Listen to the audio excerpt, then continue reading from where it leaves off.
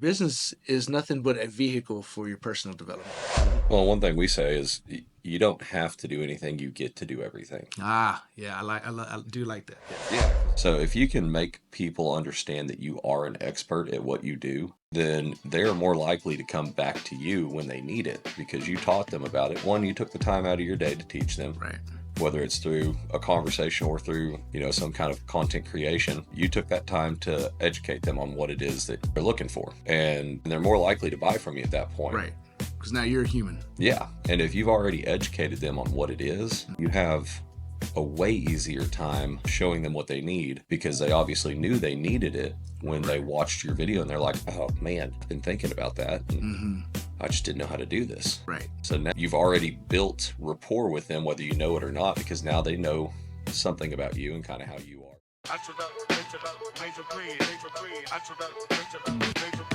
Out west where the sun always beams bright, Midland skies keep the hustle in sight.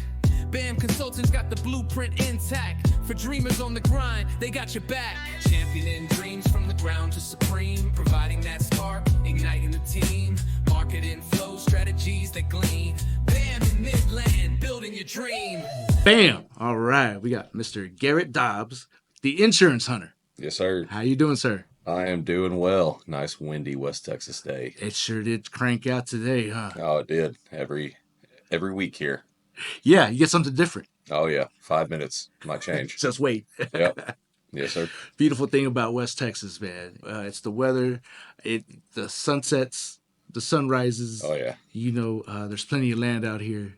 And interesting, you have something out here where you duck hunt. Yeah. I duck hunt just south of Odessa. In Odessa. Yeah. Yeah, not a lot of people think that there's anything to do out here for hunting wise. Yeah. But, they carved that out probably 50 years ago, and my dad's been out there for 40-something years. I got pictures of me at 4 years old wrapped up in a sleeping bag sitting in the duck blind. So, Nice. Yeah, the lifestyle just works with the brand. It really does. Like I said, I don't even have to go buy any new clothes for it. You're set up. The clothes I already have. Which, by the way, it works. I like that. Because it fits you, right? Your business is you. Yeah, and I mean we're big on personal branding. So if you want a personal brand that's going to work well with you, it has to fit you as a person. You don't want to become this brand that you made up. You want your brand to be part of you. Right. So, I mean, if you took somebody that's not in the outdoors world and tried to slap a label on them, it's going to be pretty obvious. This works out really well because, I mean, it's literally been my life. I went to school for wildlife management. It's been a part of me since I was born. So right. It works really well, real easy, just fits. So you were on track for this. Just didn't see the insurance thing coming. Yeah. So so how'd you get into insurance? So I was at an oil field company. I spent 11 years in oil and gas. I guess we can go from the start. I graduated from Permian High School, went to Tarleton State and got my degree in wildlife management. My plan was to be a game warden. And, I left and said, oh, never coming back, not going back to my hometown, just like everybody does. And I had a buddy call me and said, hey, I can get you a job making this much. Well, I don't believe that, but I'll go try it out. So I graduated on Saturday, loaded everything I owned in a horse trailer Saturday night, Sunday morning. I drove back home, went to work on Monday. There you go. And right back home. Oh, yeah. Straight back to it. 11 years in, I was at a smaller oil and gas company. And, smaller companies don't get big-time health insurance plans like multi-hundred or thousand companies do. Yeah. And so our health insurance really it was bad. It was expensive. They contributed $400 to it, and I was still paying $1,800 a month. Wow. That was horrible. And that's for me, my wife, and 2 kids. And wow, it was just a bad plan. Yeah. So I told my boss that I was going to branch out and find something on my own because I figured, it's got to be easier. Man, biggest mistake you can do is put your phone number in and say, I need health insurance. You're going to get 30, 40 calls a day instantly. And so after 2 or 3 months of just searching, I couldn't find a viable option. And I reached out to my buddy, Mason Sparks. He's a Goosehead auto and home insurance agent. Yeah. And said, hey, man, do you know anybody that does health insurance? I know you don't, but is there somebody around you? And he said, yeah, I've got this guy. His name's JY, the insurance guy. and called him up, bought some health insurance from him. And when I was a W-2 employee, I knew a little bit about health insurance because my financial advisor would walk me through all of my plans. Mm-hmm. Every time, we rolled out a new packet at the beginning of the They year. go through it with you, Yeah, make he'd sure you send it understand it. exactly, and he'd explain the differences and what the plans were and all that. So I accidentally got a little bit of, I guess, education on health insurance Mm-hmm. just from life experience. And when I was buying this plan, he was explaining it to me, and I kept telling him, yeah, I know what this is, I know what that is. He's like, man, more than half of my agents. He said, why don't you come Oh sell wow. health insurance? I was like, nah, I've got a good Right. job. You know, Right. never sold anything. I tried in the oil field to sell some stuff, was not successful. I may have sold one job. Sales was not anywhere on my to-do list. Mm-hmm. And after a couple months, I was like, yeah, I'll try it part-time. Just get a little supplemental Yeah, income. for sure. And I've been looking for a way out of the oil field anyway. So when this fell in my lap, I was like, yeah, maybe this is what it's supposed to be. So a couple months in, and I start posting about it and start hitting up people I know and whatnot. And then one day my boss decides to pull me in and is not happy about it. I don't know why. It wasn't a competing industry or anything, but Yeah. something made him unhappy about it. And, the good Lord used him as a vessel to afford me the opportunity to do this full time. There you go. Yeah. That's a great way to look at it. Yep. So I called Jonathan, Yeah. who's JY, the insurance guy. He's my team leader, Yeah. and said, hey, man, I guess we're doing this. We're going to burn the ship and do it full time. Let's go. Yeah. So we just started hammering after it. In the insurance world, or at least in our company, the way it works is you're measured by your first 13 weeks and your second 13 weeks performance. And they give you milestones to hit. So the first milestone hit is 20,000. Second is 65. Third is 100. And that's like, if you hit your 100K, if I remember the stats right, you have a 92% chance of being successful after a year in insurance. So that was the goal, obviously. Yeah. Well, my first 6 weeks, I was still employed in the oil field. I wasn't putting really any effort into it. Right. I'd make a couple calls, shoot some text messages, nothing serious. You weren't in it though. I wasn't in it, no. And along with the 100K comes an instant promotion to a career writing agent instead of just a writing agent. Okay. So that's an increase in commission and all that. So obviously Goal. significant, yeah. So we're 6 weeks in. I'm at halfway through my first 13 weeks, and I was kind of freaking out because it was a part-time gig. Didn't matter that much. Milestones were Yeah. not a huge deal. Now it's what's paying for my house, my kids' school, all that. So Yeah. it became a big deal. So I buckled down the last 7 weeks. I hit my 100K on the last day of my 13 weeks and just kind of kept rolling from there. And I mean, it's been an interesting ride because, like I said, I've never done sales. Yeah. I've never been a big social media guy. I had Facebook, but I had like 600 friends. Right. And they were your friends. They were my friends, Right. or gun group people or hunt group people. Acquaintances. Yeah. Yeah, not clients, not Sure. potential referral partners, anything like that. So, Yeah. man, I had a lot to learn. Yeah. I had to learn how to do social media, how to do some educational content creation, because I'd never put a video on Facebook unless it was like, me hunting something or Right. something like that. Yeah. So I had to learn how to speak differently. I'd spent 11 years in the oil field. You've got a specific language you speak in the oil field. That's one, it's not professional. Two, it's not good for you. That's one of the many reasons. There's a lot of reasons I was looking to get out of the oil field. I'd started getting back into church, and I had realized that the company I was keeping was not going to move me forward in my walk with Jesus. So I had to scale that back. I was, I'd getting home at 2 a.m. from entertaining customers on a Wednesday night. Like, that's not good for me. It's not good for my family. It's not good for anything. Yeah. So one great thing about where I'm at, it is very faith-based. We're very open about talking about faith in our workspace.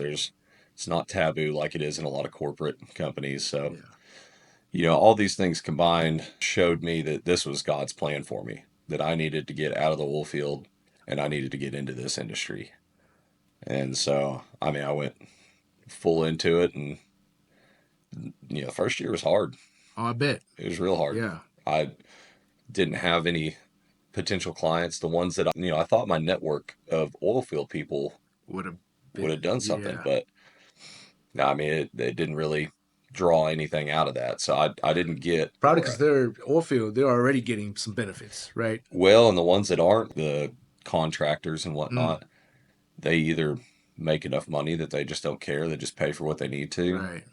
or they just don't care in general because it's not, they're there for the money. Mm-hmm. They don't want to spend some extra each month Right. on an That's insurance all they plan. hear. Yeah. Yeah. So that didn't work out at all. I had to basically start From from the scratch. bottom, no Yeah. network. So like that first year, you're truly walking by faith. Oh, 100%. Yeah, there was a lot of time spent in my office asking God, are you sure? Is this your plan? Is this my plan that I made up for you? I'm not really sure here right now. So that is the contemplation that we go through, Oh, right? 100%. Is this okay? Is this it? Yeah, I mean, he doesn't send you an email and tell you, hey, these are my plans for you for the next 5 Right. years. It's not like all lined out in gold, right? The yellow Yeah. brick road and green lights the whole way. But I'm willing to bet that along this time, and you've already mentioned a little bit about that, you had like a series of like synchronicities. Oh, yeah. Things just like, how did that happen? Yep. Like you're saying, oh, you realized that was the place that you were supposed to be. Well, leading up to that, little thick clues, breadcrumbs almost per se, that you would see like, oh, yeah, okay, that makes sense. That's crazy that happened, but it makes so much sense.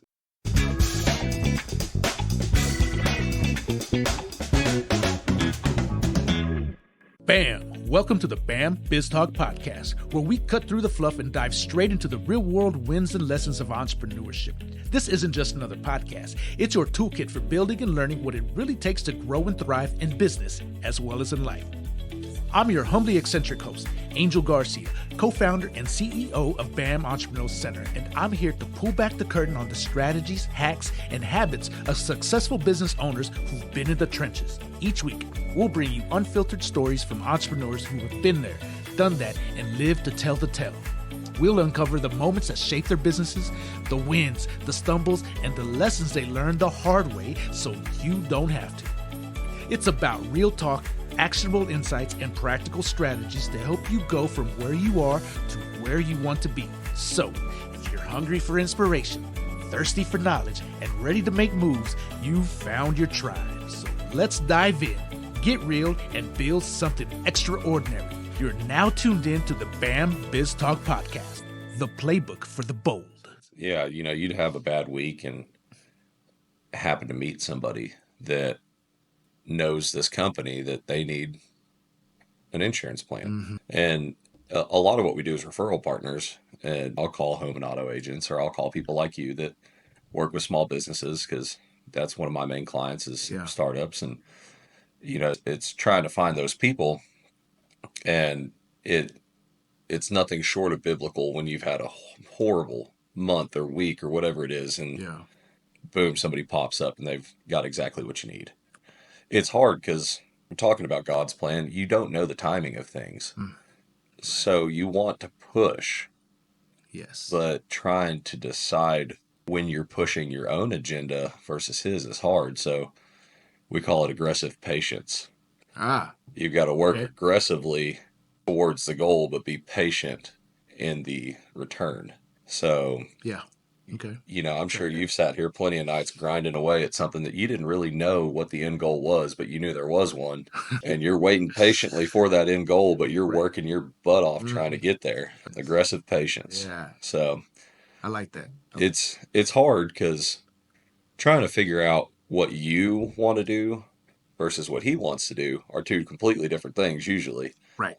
And you never know if you're actually on the right track till it happens. And, it'll show itself whenever it's time. And obviously in business, it's a pretty measurable metric on whether or not what you're doing is working. And I think that if you keep that faith going, that's how you will stay successful in business. And last year in February, I didn't get paid. The way our system works is, it has to go through underwriting, get approved and all that. Well, I sold plenty of stuff, but nothing got through. And obviously, as somebody who's got all the bills riding on them because my wife was still staying at home. You mean didn't get processed? Or... Well, nothing got approved. So I didn't get paid for anything. Gotcha. Because I don't get paid until it's approved. Okay, so you sell it, they say yes, have them signed, then you ship it off, and it needs to be approved before. Yep. Gotcha. Yeah, and so I didn't get paid in February of last year. And, again, I sat there in my office like, is this what should be done? And then I thought about it some, and I was like, man, you know what? This is what I should be doing, and this is basically a test. You've had faith in me up to this point because you've been doing okay. Like, you are scraping by. You're not worried about anything. Let's put you through some hard stuff and see if you still have that faith. Yeah. And after February, we have what's called a take-in rate, and it's the percentage you get of approved plans, basically. Okay. So February obviously tanked that for me. It was horrible. Yeah. March, April, May, and June, I issued everything I wrote. So that was my sign that you stuck it out. Yeah. Here's your reward for it. Gotcha. And there's a lot of things I would have done different. We had talked about this at the Founders Blend presentation, but when you start up, it's scary because you don't have any money. You don't really know what you're doing. And investing seems like the last thing you should do in your mind. I didn't have a business coach. I didn't have anybody telling me how to do this other than my leadership. And my leadership was telling me to do exactly what I did not do that I should have done. Go buy these sales courses. Go buy these social media courses. Invest in these things that can get your business further. Yes, I know you don't have money right now, but you need to do it. And again, I was stubborn. I thought I could figure this out on my own. I didn't want to spend any money. And looking back now, had I spent that money, had I figured out how to properly run social media, do these things, I'd be further along now, way further along. Yeah, there's always that, oh, I should have been, and I think that's natural, right? Oh, yeah. But at the same time, oh man, you're here, and learning it. Yeah. Now, right? That's where you're at. Yeah, because, yeah, for sure. I should have known a lot more about social media before I got into it, but, that's how you learn what works for you. And it's not a failure if you learn from it. Right. There you go. You can lose every dime you have, but if you learn lessons on how to not lose every dime you have, guarantee you're going to make it back. Right. And it's like, it's not quitting. Yeah. That's the thing. Yeah, I mean, that's what we tell all new agents. The only way to fail here is to quit. Yep. You could fall on your face 100 times. We've got agents that it took them 13 times of taking their test to pass it in order to be an appointed agent. Wow. We've got agents that they've left 3 times from insurance and come back to it, and now they make over $500,000 a year. Wow. So, okay. Quitting is the only way to truly fail here. And it's wild. I mean, there's not a formula for what type of person will do good here. We had, unfortunately passed, we had Virgil McCaleb. He was an 83-year-old man who was extremely successful in insurance, and he didn't get started in insurance until he was 78.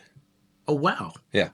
He picked it up as a retirement job. He was one of those guys that he didn't like to sit still, and he did great. And then on the flip side, we have a 24-year-old young lady that she was a bank teller, and she decided to come on. And her first year, she's going to make over $200,000.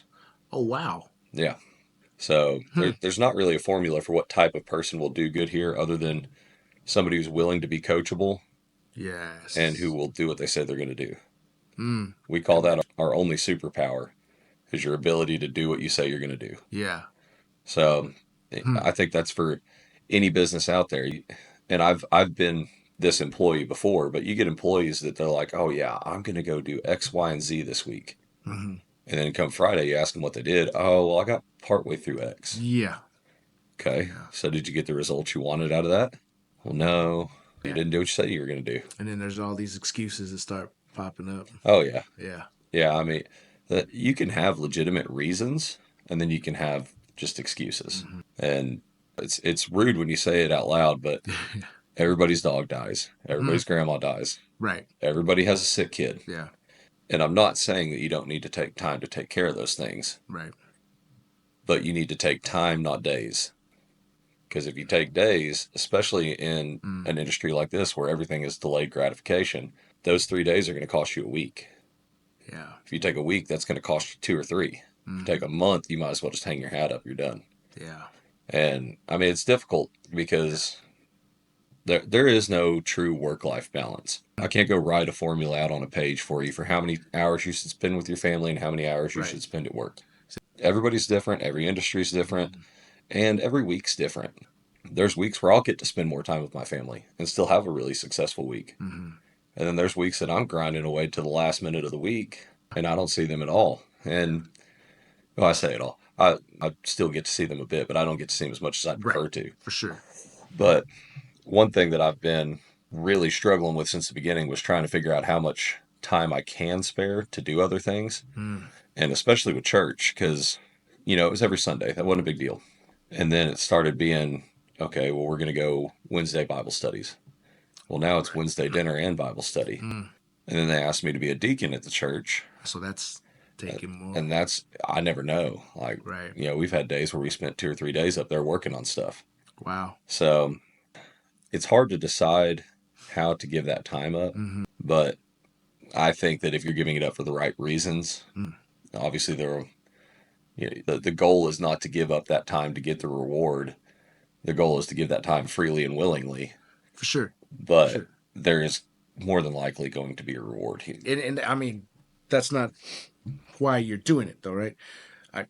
So the whole work-life balance, right? There is no balance, right? There's no balance. First thing, there is no spoon, right? There's no balance, but there is a harmony, right? Yeah. There is a ebb and flow to how, like you were saying, things are different. Everything's always changing. So there is a rhythm to things, right? Yeah. And I think putting a hard boundaries, right? Saying, because when you do something that you're giving yourself to, that is what I consider to be called something along the lines of it's active recovery. Yeah. Right. So you're away from work, right? You have your mind away from your work things, and you're focusing it on something that brings you joy, right? You're giving, right? That's the reason for giving is it brings you joy. And if you're focusing on that, that gives you energy.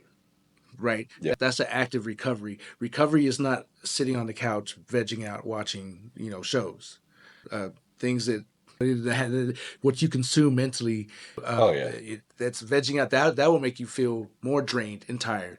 Right. Than as if you had actually been up and moving, doing something for someone else. Right. In service of others, because that's your active recovery. Going out and taking a hike, even for yourself, right? You're out in nature a lot, right? So connecting with the planet, connecting with different, putting your energies in different energies, right? Because like you said earlier, it's who you found yourself maybe with the wrong crowd, right? You needed to pull back. You need to get out of that lifestyle. Well, my mentor always used to say, it's that old saying, birds of a feather flock together. Oh, yeah. Tell me who your friends are, I'll tell you who you are, right? So it's kind of the same thing. You're taking your energy, your focus to something else that it's going to give you energy. It's kind of refreshes you. So when you get back to your work, okay, now you can work. More focus on your work and produce more. And along that, one of the best pieces of advice I got was be 100% into whatever you're doing. Yes. So if you're at work, be 100% at work. Yeah. If you're at home, be 100% at home. Because if you're at home thinking about work and at work thinking about home, you're split the whole time. Yeah. Being present. And, a lot of people, they almost take pride in how many hours a day they work. Mm-hmm. Yeah. It's hustle culture. Yeah. It is. Yeah. But if you go break down what they did, they probably did 4 hours of work. Right. 4 hours. Yeah. You're right. And one of the insurance guys, I can't remember if it was John Whitmore who it was, but they said if you'll dedicate 6 100% intentional hours to your work, you'll beat the guy that's scrambling around the office for 12.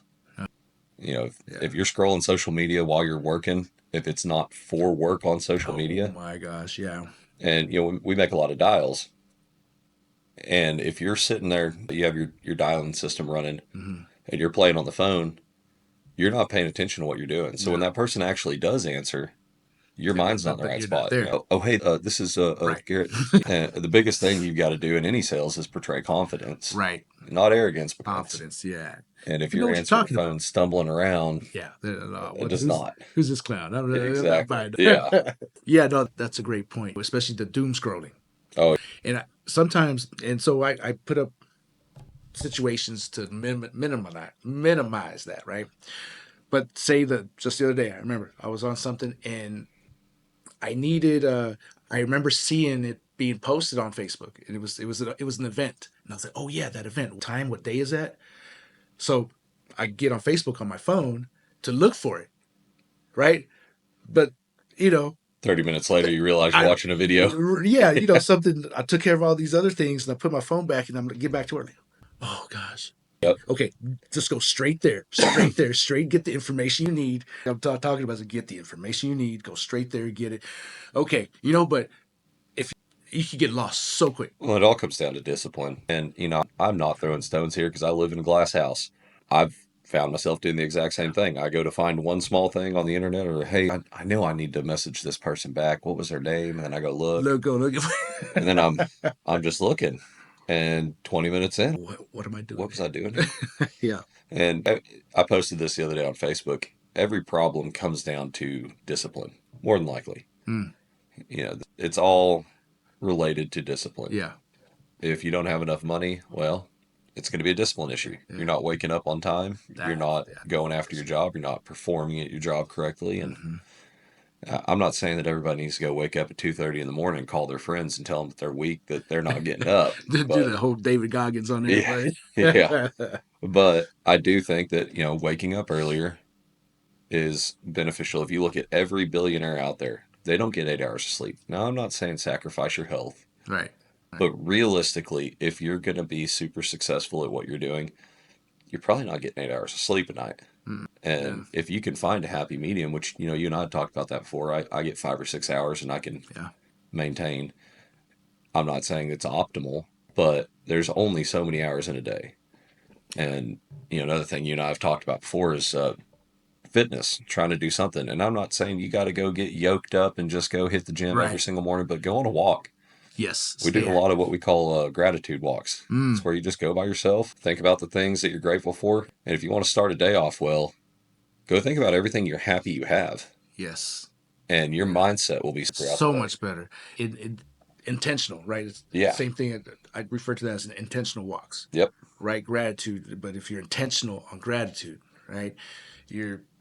Every step you take, I teach, I've been a meditation energy coach for 20-something years, right? Okay. So one of the methods that I teach is walking meditation, right? So very much like you're talking about, it's a walking meditation when you're intentional about every step.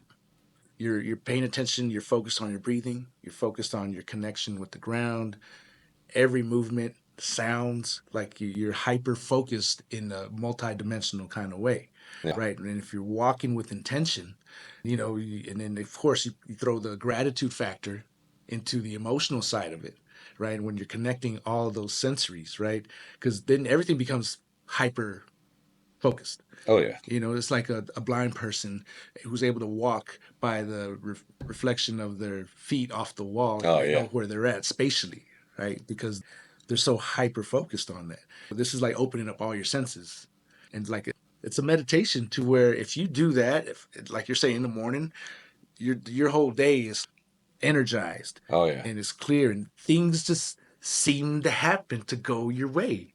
Yeah. And even if something doesn't go your way, it's somehow your attitude about it is different. So you see it different, and you're able to make it go. Not just that you make it go away, but somehow you see the sunny side, like automatically. And then, hey, okay, let's make the best of that bad situation. Well, one thing we say is you don't have to do anything. You get to do everything. Yeah, I do like that. Yes. Yeah, because if you think about it that way, even if it's something as bad as a funeral, well, you get to go to that funeral. You're not in that box.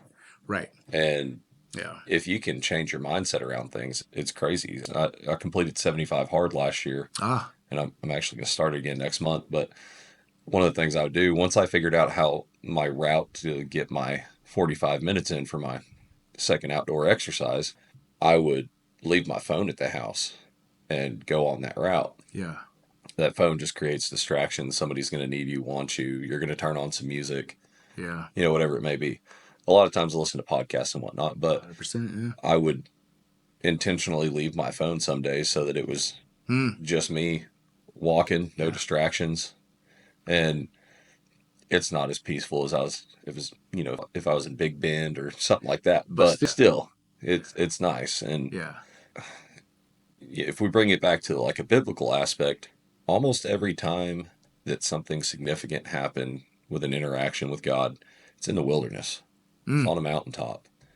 It's at the Jordan River. It's not in the middle of a bustling city. Right. Yeah. Or, and I think that there's some symbolism to that peace and knowledge can be gained when you are in the wilderness by yourself. Yeah. And obviously we don't have a lot of wilderness around here, but even if you go to the UTPB hiking trail or something like that, something that's just calm and peaceful and you don't have a lot going on around you, I think you can get a lot of clarity and get a lot of self-realization done there too. Right. And, that's huge to just keeping your mindset where it needs to be.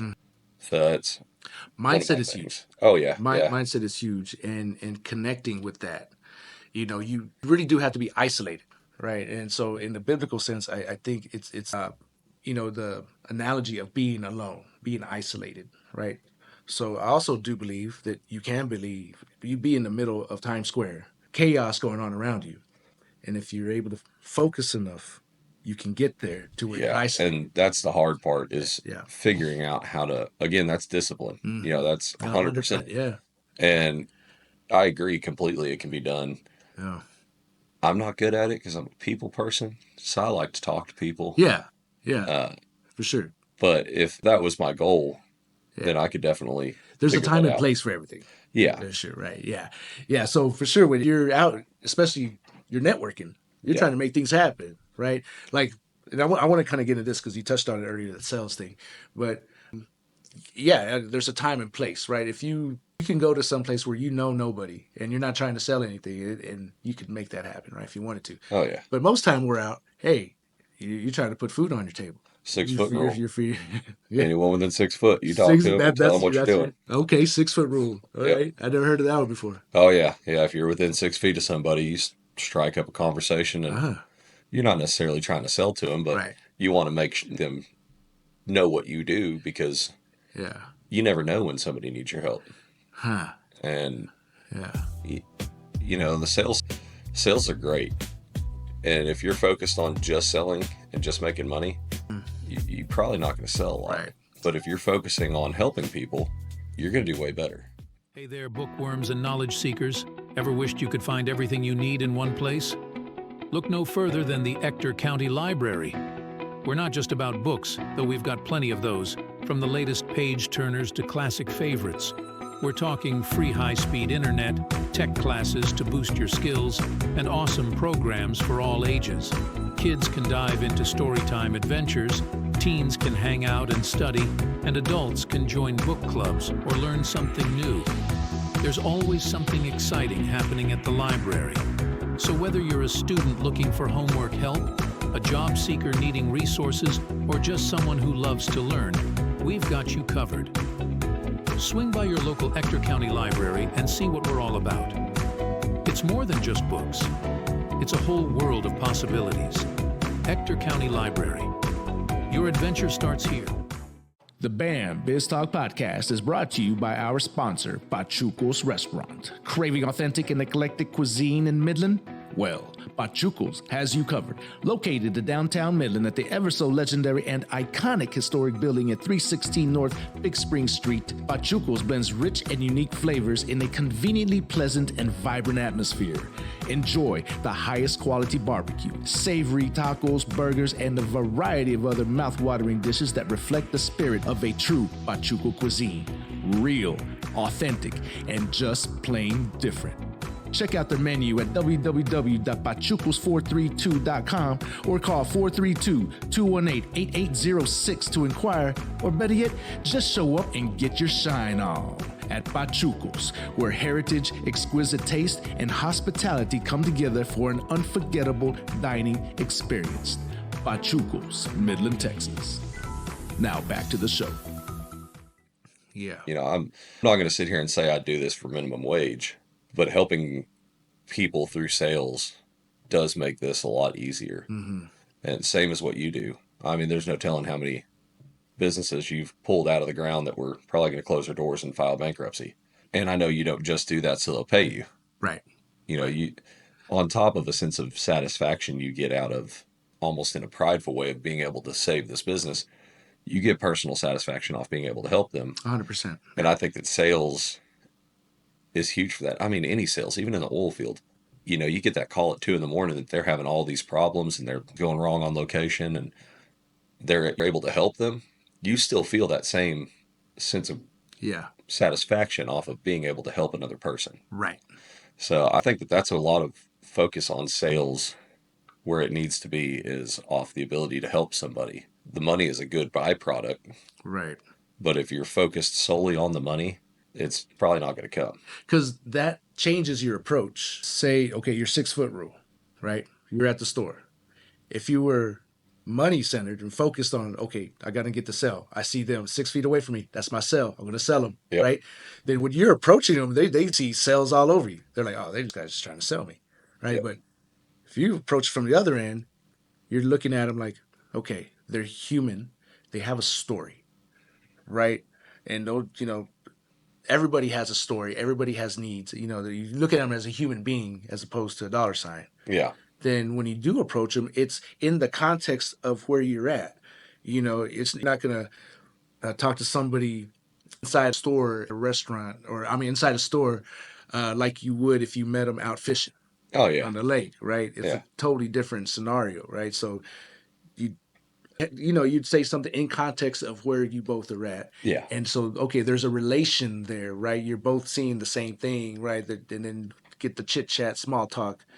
And then, so how do you go about introducing your insurance in that scenario? Well, I mean, obviously, I don't just flat out say Right. it. You know, once you get into the conversation and you started it, typically people ask, well, what do you do? Uh-huh. And, you know, we have an elevator pitch. We call it Yeah. a personalized introduction. Yeah. But it's something along the lines of, well, you know how most people think that you either have to have a job or get Obamacare to have health insurance. Well, we are the exception to that. We're on the private side and we help people find a PPO plan that will get them the benefits they need without being tied down to a job or having a lesser plan like the marketplace. Mm-hmm. And usually that sparks somebody's interest if that's what they're doing. Ask some questions. Yeah. Mm-hmm. And you know, if they don't need it, then Right. okay, you still talk to somebody. Oh, that's cool, man. Yeah, Yeah. you probably made somebody happy because they just had a conversation. You know, nobody talks anymore. Right. You go to the store and everybody's silent. They're on their phone, pushing a cart around, grab something, throw it in the cart, and walk away. Yeah. Yeah. Nobody has conversations anymore. I remember when I was a kid, I'd be kind of annoyed sitting there waiting on my mom to quit talking to somebody while I'm at the store. Yeah. Like, Mom, can we just go home? Yeah. Everybody talked back then. Yeah, that is so true. You know, and I'm guilty of that. You know, I'll go to the store with my headphones on because I'm listening to a podcast. Yeah. You know, I'm trying to catch up. I'm trying to, you know, increase my knowledge. You know, I'm trying to do all that while I'm shopping for eggs and. Yeah. And I mean, again, I'm not casting stones because I do the same thing. Mm-hmm. And a lot of times I'll get in the car and I'll realize, man, I didn't talk to a single person in there. Right. Yeah. And I think that plays a lot into, you know, we obviously have a big mental health issue Yeah. in the United States these days. Yes. Yeah. And I think a lot of it is just there's no human interaction anymore. I think there's something there. Yeah, I mean, nobody talks to know anybody. Yeah. So, We feel alone. yeah, and you're like, oh, I just sit at the house because I don't have any friends. Did you try and make any? Yeah. Did you do anything for it? And I've always been an extrovert, so I've always talked to people. Mm-hmm. And it's been a big deal for me to do this. But you start realizing how many people have barely had a conversation with another person in the last week. Right. Because you'll get to talking to somebody, and you know, we get back to the whole, if you're focused on dollar signs, we call it commission breath. They'll smell that a mile away. Yeah. And when you don't have that, That's a good one. I'll have, you know, leads that I call that I have a 20-minute conversation with. They have no interest in buying what I'm selling. But we have a good conversation. We build a little rapport. Yeah. And you can tell because, you know, you call them and they're like, well, who is this? well, it's Garrett Dobbs. I saw that you were looking for some health insurance. I thought let's get kind of crappy with you. And you get to the end, you can tell they had a good time in that conversation. Mm-hmm. Good. So again, if you're not focused on just making the dollars and you're focused on actually making a human interaction, Yes. a lot of things go way different than you planned on them to. And one of the best salespeople I know, his name's Travis Perry. That's how he is so successful. He is everybody's friend. Mm. And he's a genuine dude too. Like it's a sales pitch. That's Yeah, just, he is. Yeah. and it makes him more successful because everybody just likes him. He's got a great personality, good to talk to. Yeah. And so I get that into this, and I'll have calls with referral partners that most of them are, well, what do you do? What do you want? Okay, yeah, we could use that. Send me your info. 4 or 5 minute conversation and done. Right. And then I'll get on the phone with some sweet little lady out of Tennessee, and I'm a half hour into this conversation. I don't know what happened. Insurance hasn't been mentioned once, but all of her grandkids, Yep. her great grandkids, Yep. what they're doing, where they I know her pets' names. Like, we're deep into this at this point. And it's not really beneficial for business at that point, but it's beneficial as a human. And it makes her feel good. Like, Yeah. I'm sure she hadn't had anybody to have a good conversation with. She was just waiting to get it Yeah. out. Somebody listened to her. She had fun, you know. And again, that gives you energy. It gives me energy too. Yeah. Yeah. Because if any kind of person that gets satisfaction from helping somebody or hearing somebody in a good mood or anything like that, it's going to do good for you. Yeah. And a lot of business forgets that, and they just want to grind it out. And I'm not saying that the hustle culture is bad, but they will about say, well, that's me this much money because I wasted this much time. Right. Oh, that was 30 minutes worth of nothing. Yeah. Right there, And like, I understand that you've got to run metrics in a business situation, but at the same time, do you think that that's going to put you any further in any relationships with anybody operating that way? Right. So it all comes down to just being a human, just being a decent human. Yeah. And if you can be a decent human, people will listen to you, and if they need your product, they'll buy it. Right. And one thing I've figured out is if somebody is looking for something, whether it's insurance, whatever it is, and they don't really need what you have, but you've convinced them to buy it, more than likely they're not going to be on the books long. Right. You'll get that sale, cool, and then you'll get a charge back in 3 months when they decide that's not what they need. Yeah.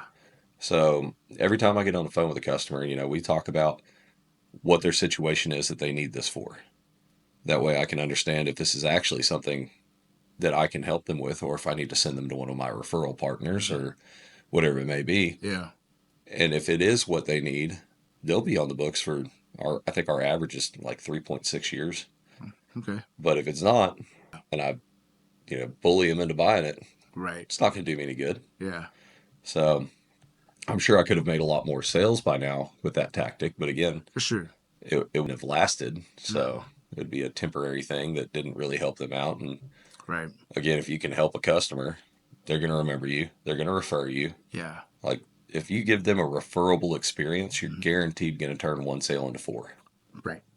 And then that just continues to compound down the line. Man, 100%. I really feel that sales is really about listening. Oh, yeah. Because it's that connection, right? And know that I have been accused of not being aggressive, and I'm not aggressive, because the conversation I'm having is listening.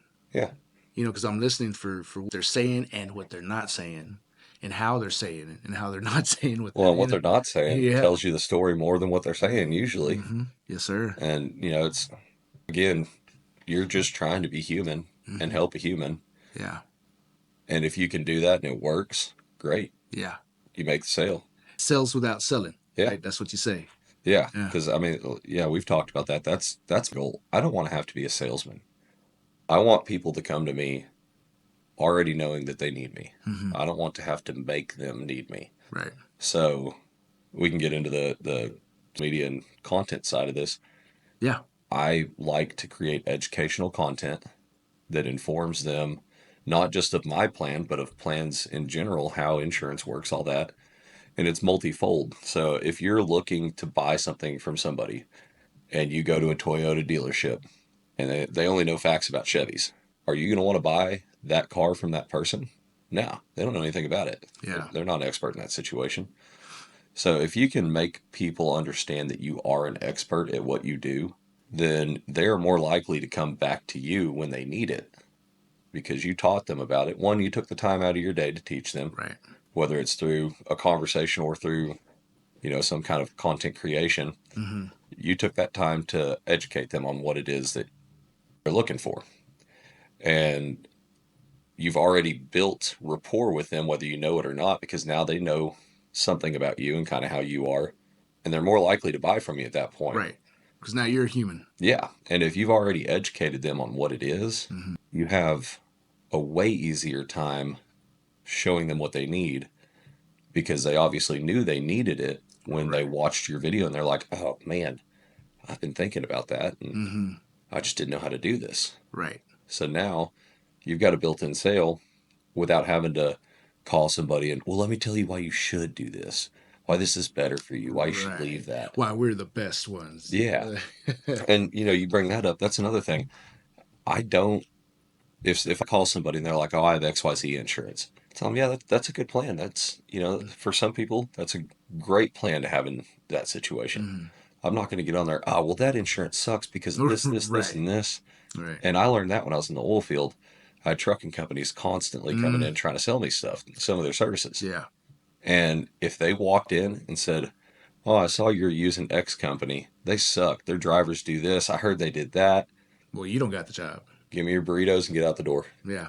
I mean, I don't care. 100%. Yeah. But if they come in and, this is why we can do good. This is what we've done. This is our track record. Yeah. You can call these guys. I know you work with them. Yeah. Ask them about us. Give us A shot. That's so much more likely to get somebody to do something. Yeah. So, in the insurance world, if have a plan that does suck, don't tell them it sucks. People almost take a pride in everything that they have because they chose it. Yeah. Even though if they were led to believe it was the Yeah. best or whatever, they chose it. Yeah, their brain Their knows decision. everything they need to know about that.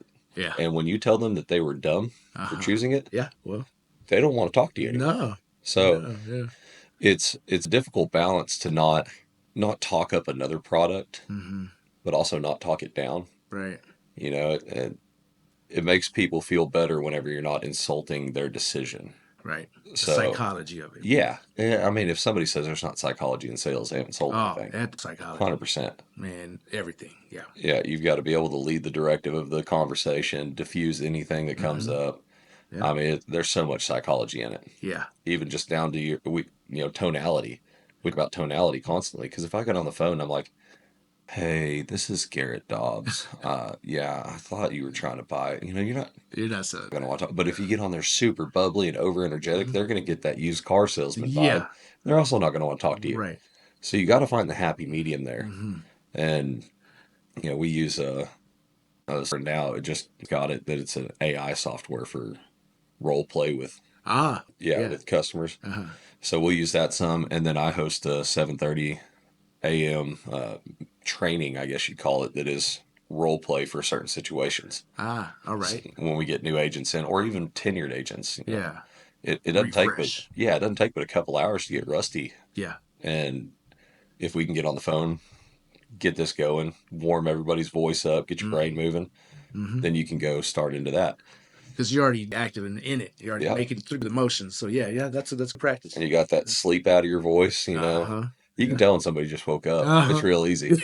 I used to be real proud of myself when I was in the oil field. You'd call me at 3 a.m. It sounded like I'd been running marathons already. I was ready to go as soon as I rolled over.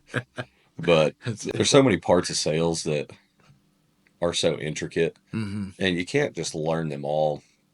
And John Wetmore, he's got a book called Do More Now, Get Better Later. Okay. And I did not do that when I started. I thought I needed to know all these things before I got on there. Yeah, just get to going. You're going to learn it. I something very similar. I was like, okay, I need to be good at sales. Yeah. Right. So then you start diving onto these sales books, taking all these sales classes, taking all these courses, collecting all these badges and learn things. But then I had gone through all that and I hadn't actually gone out to do sales. Yeah. I relate it to like playing pool. I can look and I can tell you exactly where I need to hit that ball. I know where I need to hit that ball for it to go in that pocket. Got the angles down. But when I put my hand on that pool cue, there's no telling what. So I can know everything I need about a subject, but until I've practiced it, Right. doesn't matter. Doesn't matter. So I did not adopt that when I started. And Yeah. I would blame my leadership. Well, y'all haven't taught me this and y'all haven't taught me that. Mm, And they kept telling me, pick up the phone. yeah. Pick up the phone. Like, we can teach you everything you want, but until you start doing it, it doesn't matter. Pick up the phone, Yeah. start doing it, Yeah. bring us your problems, and then we'll solve them. Mm-hmm. You're going to lose some sales. You're going to lose those sales anyway. Yeah. So learn from what you did Yeah. and get better while you're doing it. It's just like taking a shower. You don't get clean in the shower. Right. You get in the shower to get Get clean. clean. So Yeah.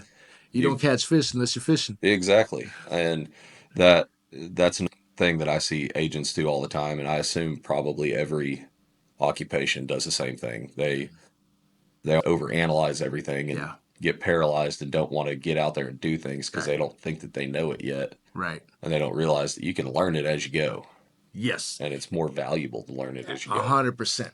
That's the best way to learn. Yeah. Going through it, failing. Right. That Yeah. was a big thing. We're talking founders plan. Failing.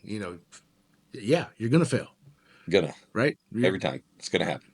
But you got to get back up and get going. Yep. Get back on it, because that's how you succeed. Yeah. It's just going and doing it. Action. Prone. You go into action. You have an idea. Okay, we'll put it in action. So when someone asked me, "What's to get in? I want to start a business, right? Should I just go get my LLC?" I was like, "Okay, well, have you done anything in your business? Like, have you started it? Like, are you moving?" Yeah. Like, do you already know? Every situation is different, of course, but this is for somebody who is like, it's going to sell something, right? Should I get my LLC? Well, you have to prove your market. You Yeah. have a market, right? Because you're going to get your LLC, then you'll figure it out. Okay, that's cool. But, should I do a transaction, or just start with my logo and website and do all that stuff, right? Yeah. I was like, no, prove. Well, and it's just like what we were talking about earlier with how I started. You need a solution to a problem. So you have to find a problem first. Yes. If that's every business starts. Mm-hmm. Your business started because people have problems People have problems. Yeah. and they need a solution to it. So when you're selling, you're not selling a product, you're selling a solution. Yes. And that's in every single sales ever. I need a car. The solution is you have a car. Yeah.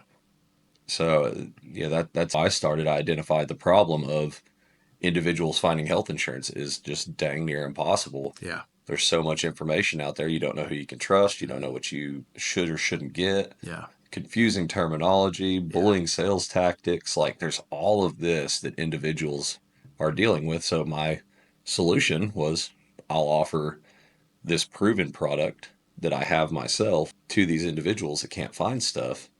And so I started with a solution. The insurance hunter, that didn't come up until 5 months after I started selling. Yeah, it just started. Yeah, I just Garrett started. Dobbs. It was just Garrett Dobbs, yeah.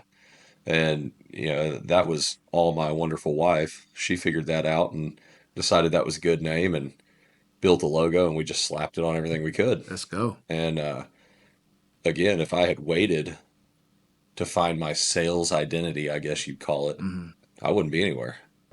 And we see people do that all the time. Yeah. They've got to figure out who they are in sales. No, you just need to figure out how to sell.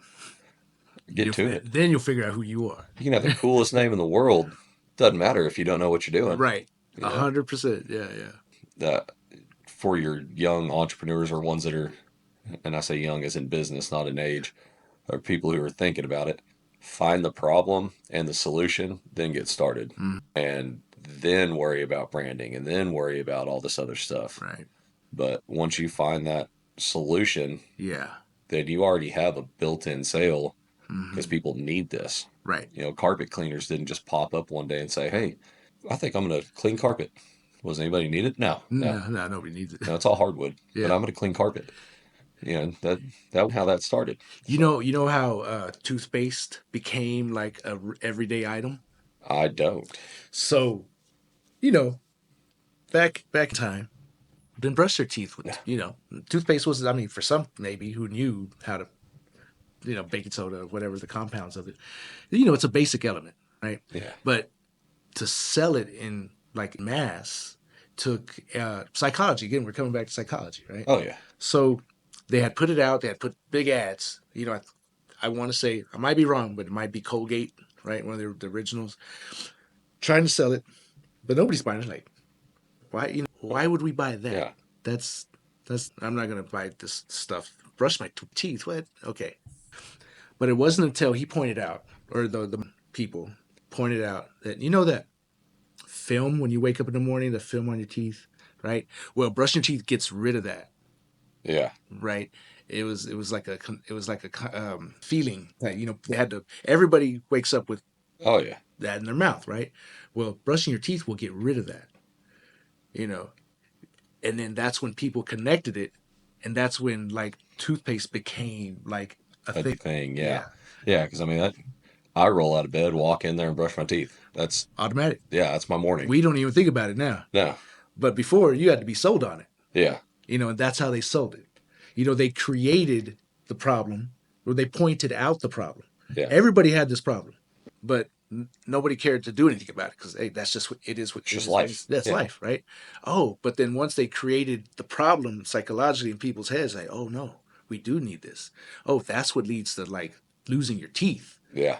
Okay, now we can get rid of that. Yep. I mean, that's the basis of all sales. Have a solution to a problem, and you've got something you can sell. Yeah, find a problem and solve it. Yep. And it's simple, right?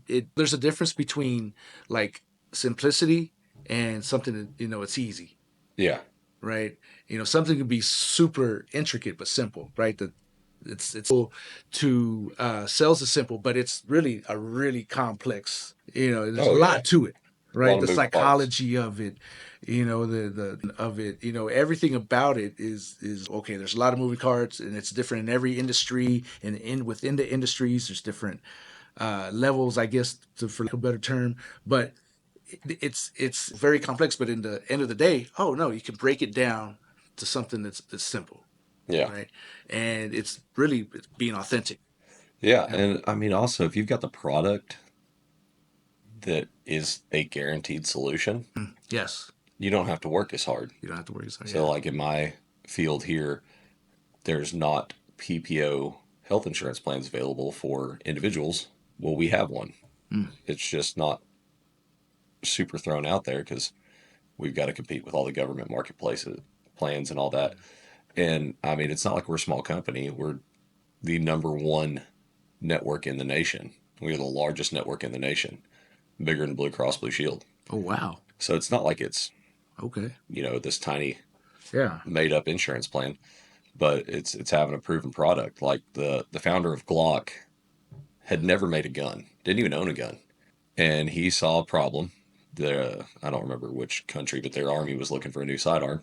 yes. He said, man, I would bid on that. I may be able to make a solution. I said, what are the parameters? And he said, less than 40 parts, under this weight, holds this many bullets. So he figured something out. There was a guaranteed solution to their product that had 34 moving parts. It came in like 8 ounces underweight, had a bigger magazine capacity than they wanted, and it was a guaranteed solution to their product. Wow, He didn't have to go try and sell them on it. He walked up, handed it to him, said, here's some for free, but they're only free if you give them back. Let me know when you're writing the check. And, that's one of the largest selling firearm manufacturers in the world. right, wow, okay, I didn't know that story. Yeah. And it just worked out because he had the product that was a guaranteed solution to the problem. Guaranteed solution. Yeah. So you can find a no-brainer, right? Yeah. So who's because you do policies for small businesses, right? You help Yeah, out their individuals and employees. small businesses. Right. So walk us through that. How do you help a small business out with their insurance, their employees? So small businesses, and some people take this as a prideful thing. Small businesses an IRS classification of under 50 employees. Yeah. Some people say, my business is small. Right. I understand that. I get that. Yeah. But by their standards, you're under 50 employees, you're a small business. You only qualify for certain types of plans. And if you go get a PPO through Blue Cross, which is what is preferred in the employment market, it's going to be wildly expensive for, 5, 10 employees. So our option is we can write it a little different. And it's all through the company, but it's basically individual plans. So you're not having to worry about this group conglomerate of this guy has this and this guy has this and this guy has this. So we're going to charge all of y'all this insane price. So it works out better. It's cheaper. Most people, once they see the price of a PPO, through a traditional group plan, they opt for an HMO. And basically, real short version of the difference in the two. HMOs have a more restrictive network. They make you see a specified preferred or provider. You have to go to them to get referred to anybody. And a lot of networks don't take HMOs. PPOs, they give you the freedom to choose. They're accepted almost everywhere. Major cancer centers and surgical centers accept them that don't accept HMOs. It's like MD Anderson, the Mayo Clinic. Yeah. You can't get in there on a marketplace plan or an HMO plan. So unknowingly, the employer that's making the financial decision is giving them a subpar product because that's all they can afford. Right. And business, if you can only afford so much, you can only afford so much. Well, if we can walk in under the price that they're paying for that HMO and provide them a PPO just through some different steps, then they get a lot better plan, typically save money, and their employee retention is better because they have happier employees. Yeah. That's why I left the oil field in a roundabout way. It was all because my insurance sucked. Right. That was the root cause of why I left. Right. So Bring it full circle. Yeah. Yeah. And so I've got a local electric company that I write that he has 5 employees, and we went ahead and I've got a friend that writes traditional group plans too. I had him quote him out, and then I quoted him out. And as a business, we were saving him $2,600 a month going through us for 5 people. Wow. Yeah. So there's a lot of situations where getting a private plan will save you a ton of money and get you a better plan than what you could get. Yeah. And, I'm not going to sit here and say that every single person in the U.S. is going to benefit from our plan, because there's a lot of situations where they won't. And I'm not going to force them to come over to this side. If they've got a really good work plan and they don't plan on leaving that job for a long time, and just stay with it. There's no point in switching. Yeah. But, if you've got somebody who is in the situation like I was unknowingly that plans on leaving soon, go ahead and get your own plan. That way you're not tied down to that company. Right. Because I've talked to so many people that will tell me, I'm waiting to get insurance until, XYZ date because I can't afford, or waiting to go self-employed until XYZ date because I can't afford the insurance on my own, or it's not good, or whatever it may be. So I'm sticking with my job. Yeah. Like, okay, so you're putting your dream on hold because of your health insurance plan, because it's tied to your work. Yeah. Well, why not just cut that tie? That's tight. Yeah. Entrepreneurs and small business owners, are you searching for ways of taking your business to the next level? BAM is your answer. We specialize in crafting high-performance marketing strategies that put your brand front and center right in the palm of your customers' hands. Not only can we create a premium website full of features that optimize your social media and digital marketing presence, but we ensure that your brand gets multiple views from your target audience and even those visiting your competition. BAM is your go-to solution in the Permian Basin. But we're not just about digital and social media marketing. We're a one-stop shop offering a spectrum of services, including business mentorship, strategic planning, market research, and access to capital. That's right. We can get you funding to expand your business. With BAM, you're not just getting a service, you're gaining a partner committed to your growth for the life of your business. So why wait? Kickstart your journey to success today. Call us to set up a free consultation and discover how BAM can help your business soar above the rest. 432-247-8840. Call today and get your business launched. Just get it yourself. So would you say your target market, right? What would that be? Really anybody that's self-employed, that owns a small business, or, like I said, that their work insurance just sucks. I can write anybody under 65, goes to Medicare, so I don't do any of that. But 18 to 65, with our plans being underwritten, healthier the better. But a lot of times it's, a kid that just got kicked off his parents' insurance plan because he turned 26 years old or got married or whatever it may be, or the 30 or 40, 50-year-old that has decided he's done with the rat race and wants to go start his own thing. Yeah. He doesn't know where to start with insurance. And I don't blame him. Nobody does. Right. There's not a course in school over Yeah. finance, insurance, and taxes. Yeah. So it's, again, down to just a educational thing on people who don't know where to start. So a lot of my customers, they just have no clue where they need to go. Yeah. But yeah, basically our target demographic is higher earners. Not, you know, you don't have to be rich, but the reason I say higher earners is the marketplace gives you subsidies based on your income. So if you have a lower level of income, your subsidy is going to be big. You're not going to pay much per month. That's what it was built for. Right. And it does really good in that sense. For sure. But for the guy that makes $100,000, which by today's money is not actually a ton anymore, and he wants to go self-employed, well, he gets no subsidies. So he's going to pay full price for that marketplace plan, and it's going to be pretty dang expensive. Yeah. And again, it's an HMO. So that's why I say higher earners, because Obamacare does its job for what it was built for, but it unintentionally screwed higher earning self-employed Americans Right. and small businesses. You know, there's government help if you're starting something on your own. You are just out there. You're exposed. I mean, you obviously know this too. Yeah. So that's where we come in. We can help the little guy Yeah. try and get something better without breaking his bank or ruin his financials. You know, and I think that is really beneficial because small business, since they're not required, right, to provide insurance, Correct. you know, for a really small number of people. What's that threshold? It's 50. Right. Yeah. You know, since they're not required, employee retention, right, is because, you know, in today's world, the labor market is insane, Oh yeah. right? It's hard to keep good people. Yeah. It's all what you can do for me business now. You know, It's really tough, but having a good insurance can really go a long ways yeah. in that. And reasonably priced insurance can help a business owner retain so they don't have to train again, Yep. because that's a big expense, turnover.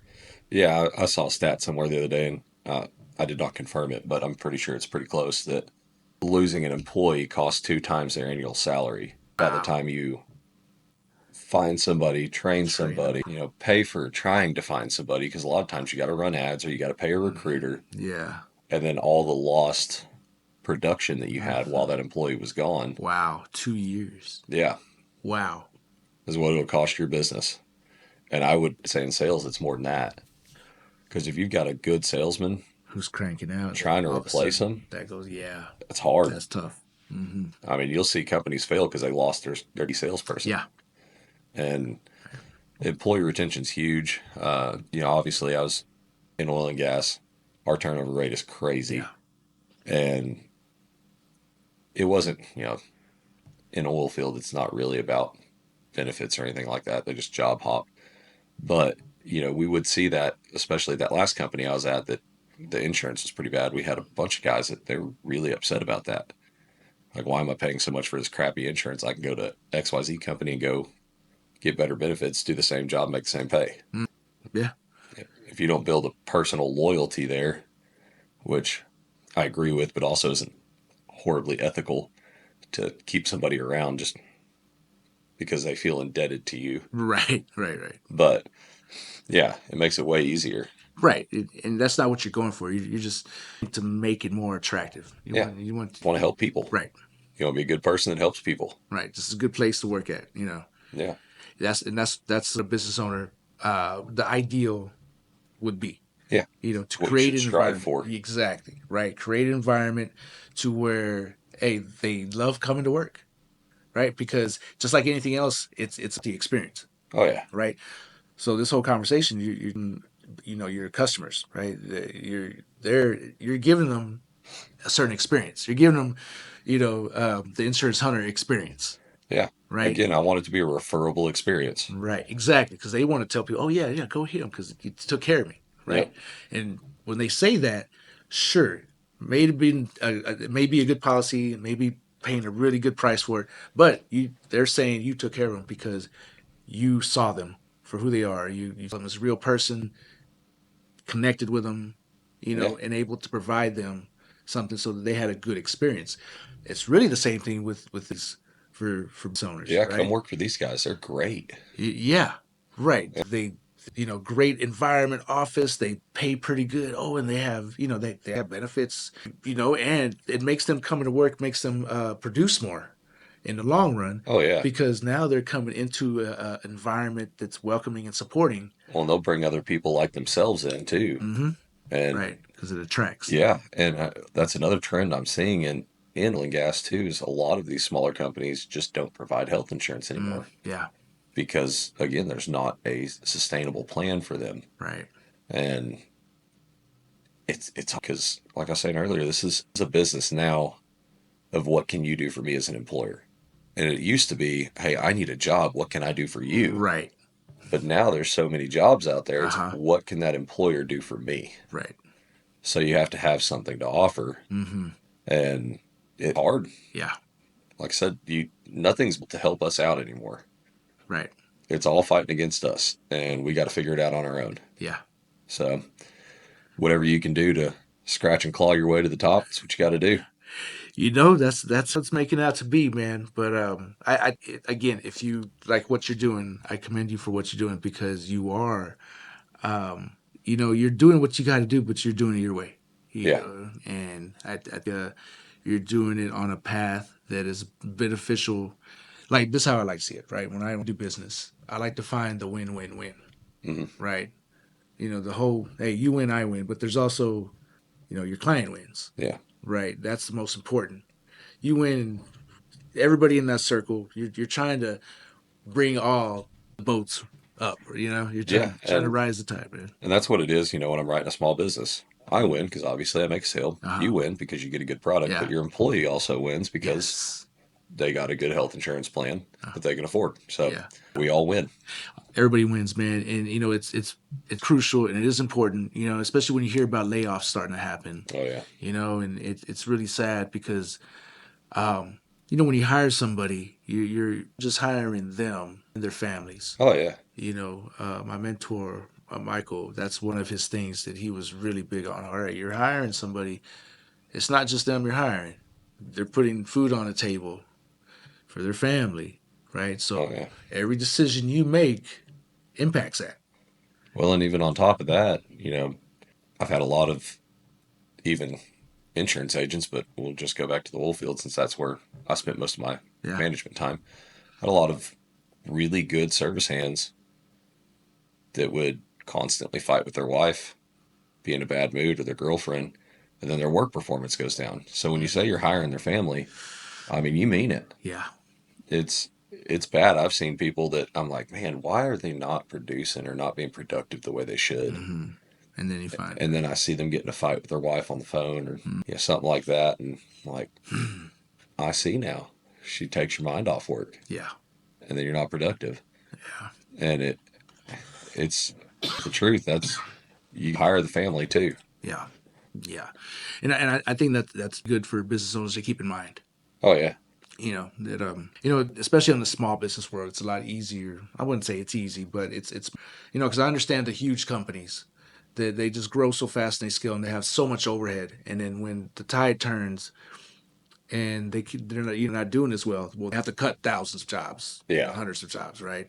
Those are numbers on paper to them. It's just that, exactly, right? They don't know them personally. They don't know them by name. They're just making a overall decision, like cutting a utility bill. Yeah. Cutting a service off. Okay, we're not gonna do that anymore, right? Yeah. And they're talking about humans, literally cutting off humans and their families, right?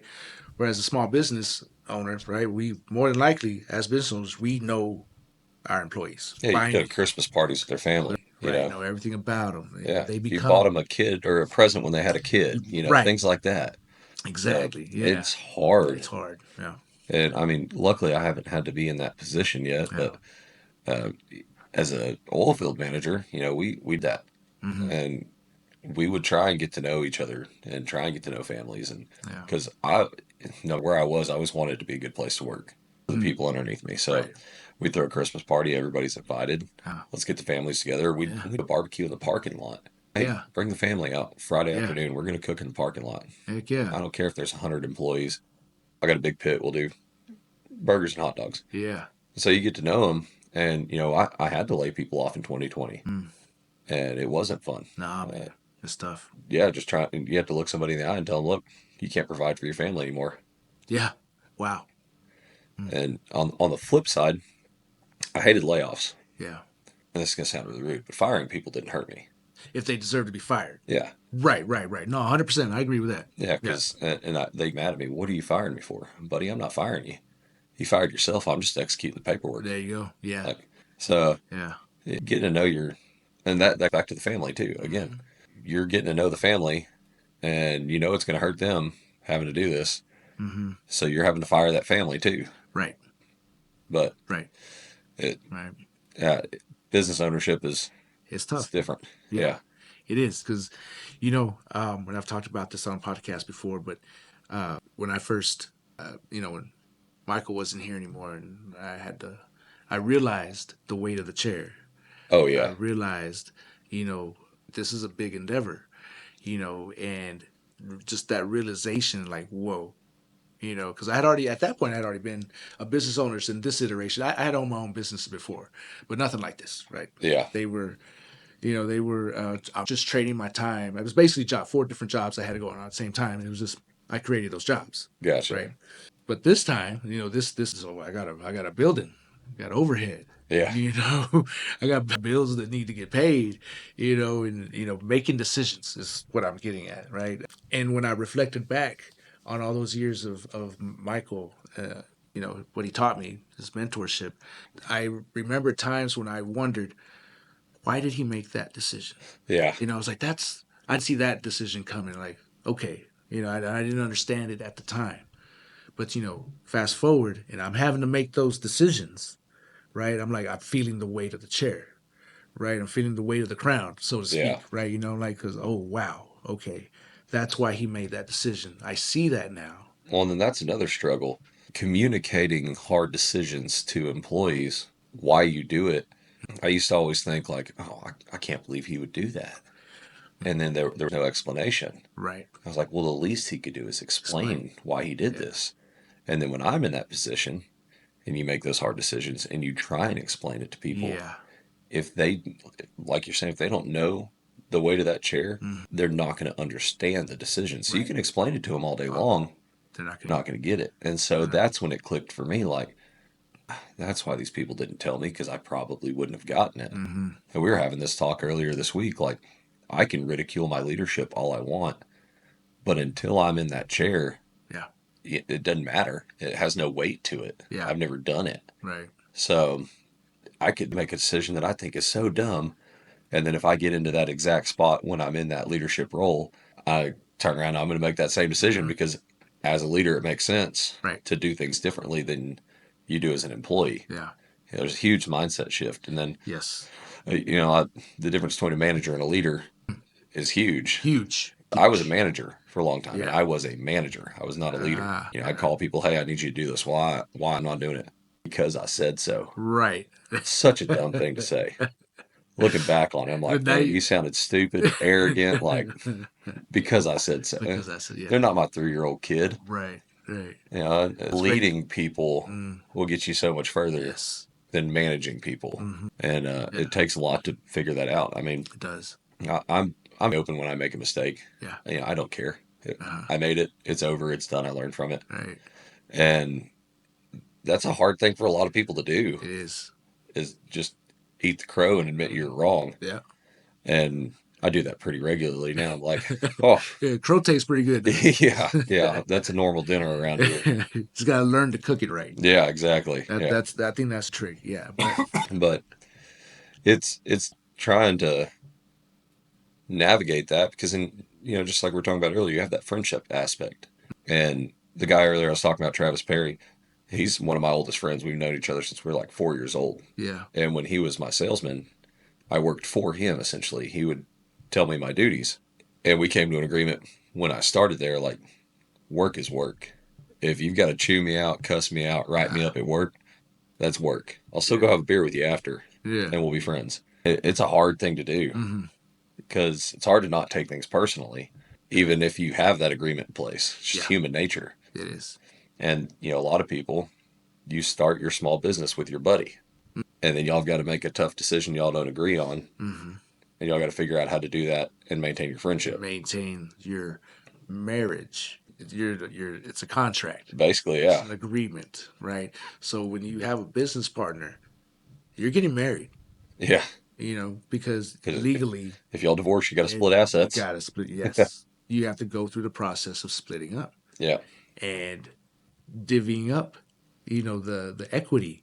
What happens, that's why, I set up LLCs for people all the time and write their operating agreement, and there's a lot of it that is in everyone. It's Oh, yeah. verbiage, right? Then there nuance Yeah. as well, right? Because they're all everybody's different, and then everybody's relationship is different. And so how does that and how do you want, if something were to really go to the wire and the judge has to read this operating agreement, Yeah. How do you want to read out? how do you, yeah, how do you want that judge to just make his decision, Yeah. right? Because the worst thing is not having an operating agreement and just leaving it up to some. I've gone through this too. Yes, most judges are rational, Yeah. and will make a good decision based on the evidence in front of them. But that's the thing; it's what evidence is in front of them. Yeah. Right? You just don't want to leave the fate of your company up to a person you don't know who's going to be looking at it objectively from the outside. Yep. You want to have something in place. No, judge, look at it like this. Yep. So I want you to make your decision based on this document that we had agreed on when we were on good terms. Yeah. Exactly. And then whatever happens from there, you put it in place. Yeah. You set the guidelines, and Right. how it goes from there is what happens. Right. So it's important to have in place. Same thing of like in a will, Yeah. right? Have it in place of what you want. That way, because that situation, probate. If you don't have anything, it's really not a fun experience. No. So, put things in place. You have a life, put a will in place, right? If you have a lot of assets, put it in place. How do you want it to go down?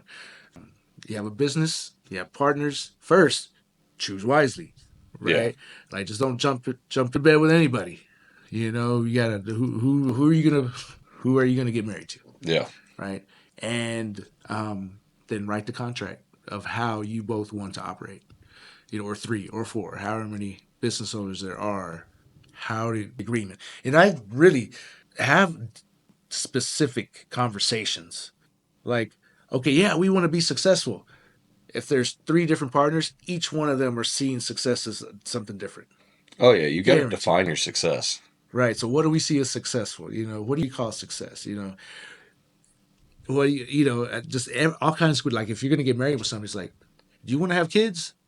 Yeah. Well, it's the same as training like a new agent.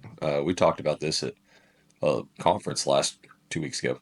The guy said, okay, we're going to scale an agency. What are we doing? And the guy that raised his hand said, man, I keep losing people because I'm holding them to my standard. He said, well, why are you holding them to your standards? He said, because my standards work. They're successful. So he asked the lady beside him, what do you want to make next year? She said, I want to make 110,000. Asked the guy over here, what do you want to make next year? He said, I want to make $1 million. He said, do you think you can hold her to his standards? He said, everybody's not going to operate off your standards. Yeah. They have their own goals and what they're satisfied with. Yeah. There's really hungry people in this world that they want to make every dime that they can. Mm-hmm. And there's people that are happy Yeah. making $100,000, Yeah. hanging out with their family. They don't need the lavish trips. They don't need the nice car. Yeah. They're content with that. Yeah. And that's fine. But you can't treat that person like you want to treat that $1 million producer, because you're going to burn them out and run them away. Right. And on the flip side, you can't treat that $1 million producer the way you treat them, Yeah. because his standards are going to be way higher Yeah. of what he wants to get done. His goals are He's like, higher. what am I doing here? Yeah. Yeah. All right, let me go off to find. And exactly. He's going to leave and go find somebody who will get him that. So, Right. That can't create a blanket Right. plan for everybody. People are different. Mike always say too, the only X factor in all of this is people. Yeah. In business, the one constant, the one change, the change is the only constant, right? Yeah. The one constant is change, and that is people. People are constantly changing, even the same person. Oh, yeah. I'm way different than I was 2 years ago. Yeah. Yeah. And that's a great thing, That's what you're right? supposed to do. Yeah. You know, you want to change. And Yeah. And you would do that to your business, to you getting into your business. 100%. So, yeah, man, there is this quote. It is, your business is nothing but a vehicle for your personal development. When I heard that, internalize that. Oh, wow. Right? It's Yeah. impactful, right? Because, okay, we're developing people.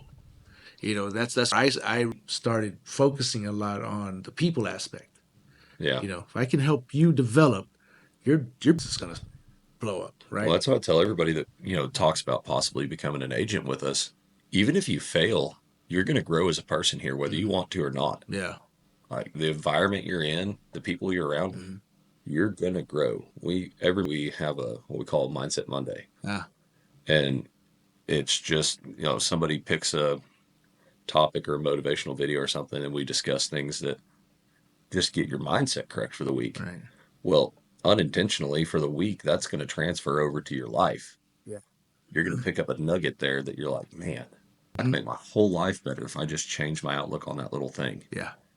And we're on health is wealth, so get healthy, stay healthy. Yeah. You know, we're on family too, because like I said in my Founders Blend presentation, I would not be here if I had a different wife.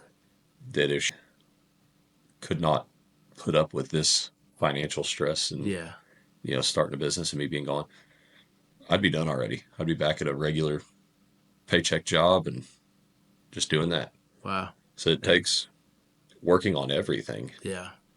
And where we're at, I mean, it's huge. Again, I said we talk regularly about faith there. And I'm actually going to start up a networking group around faith in business, because there's a million networking groups here that are just for, but how do you implement your faith in your business, and how do you make your business work towards your faith? Because sales is hard. There's a lot of cutthroat things you can do. Yeah. You can lose your morals really fast if you're just trying to make sales. Yeah. But how do you keep your compass pointed in the right way, even when that bank account's not going in the right way? Right. So, Discipline. it's discipline. It's true faith. It's understanding delayed gratification, not getting what you want as soon as you think you should. Yeah. There's a lot of things that are involved in it, and you need to have a network around you that understands that too, because if you go home every night to a spouse that's telling you, what are you doing here? We're not making any money. You need to be doing something else. You should have been paid already. That's down. You're not going to do it. Or if you have a bad month and you go home, she's like, well, yeah, you're not good at sales. You shouldn't be doing this. I don't know why you picked it in the first place. You're not going to get any better. Yeah. You're going to carry that. Yeah. And it's haunting you. For sure. And that's not going to be one you're going to easily recover from. So, you know, it's a lot of that kind of stuff. And then like even Jonathan, my leader, he will to everybody in the family if he needs to, because we'll have a lot of people that, I mean, obviously they're by this. It's a commission only thing. Yeah. There's no guarantee for anything. So your spouse should be worried. Yeah. If you have a good spouse, she's going to be a little worried about that. Right. He'll talk to them too. Yeah. And hey, this is what we're doing. You know, this is the reason. This is how it can be done.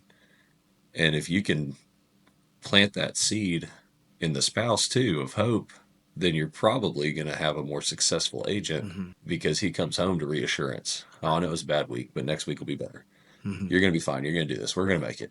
Yeah. You're going to feel a lot better about getting it done then. Yeah. And, you know, I'll say it every time.